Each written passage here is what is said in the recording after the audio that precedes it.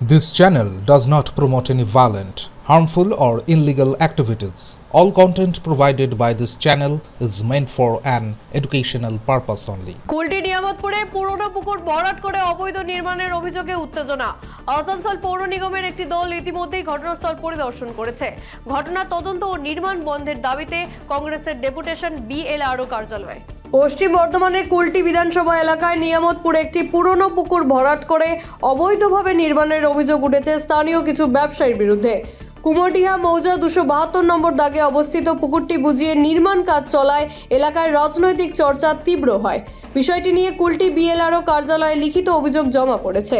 আসানসোল পৌর নিগমের একটি দল ইতিমধ্যেই ঘটনাস্থল পরিদর্শন করেছে।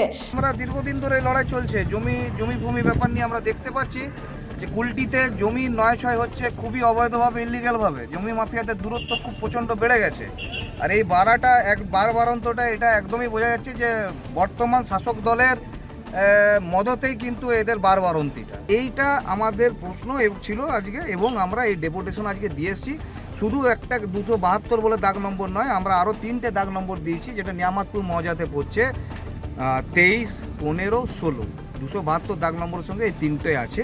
শুক্রবার কুলটি ব্লক কংগ্রেসের পক্ষ থেকে বিএলআরওকে ডেপুটেশন দিয়ে অবৈধ নির্মাণ বন্ধ ও তদন্তের দাবি জানানো হয়। আমরা পুকুর ভরাট নিয়ে কিছু ইনফরমেশন আমাদের দিলেন। তার মধ্যে একটা 272 প্লট মাটিরা মৌজা অলরেডি আমরা কালকে এনকোয়ারি করেছি, সেটা নোটিশ করা হবে। আমরা তার জন্য যা যা লিগাল প্রসিডিউর আছে আমরা সামনের সপ্তাহ থেকে সেটা করব। আর নিয়ামতপুর মৌজায় 15, 16 আর 23 দাগ, এই 3টে দাগও ময়লা ফেলে ভরাট করা হচ্ছে, এটা আমরা ইনফরমেশন দিয়েছি। এটাও আমরা দেখে তারপরে নোটিশ করে লিগাল প্রসিডিউর যা যা আছে আমরা ইমিডিয়েটলি করার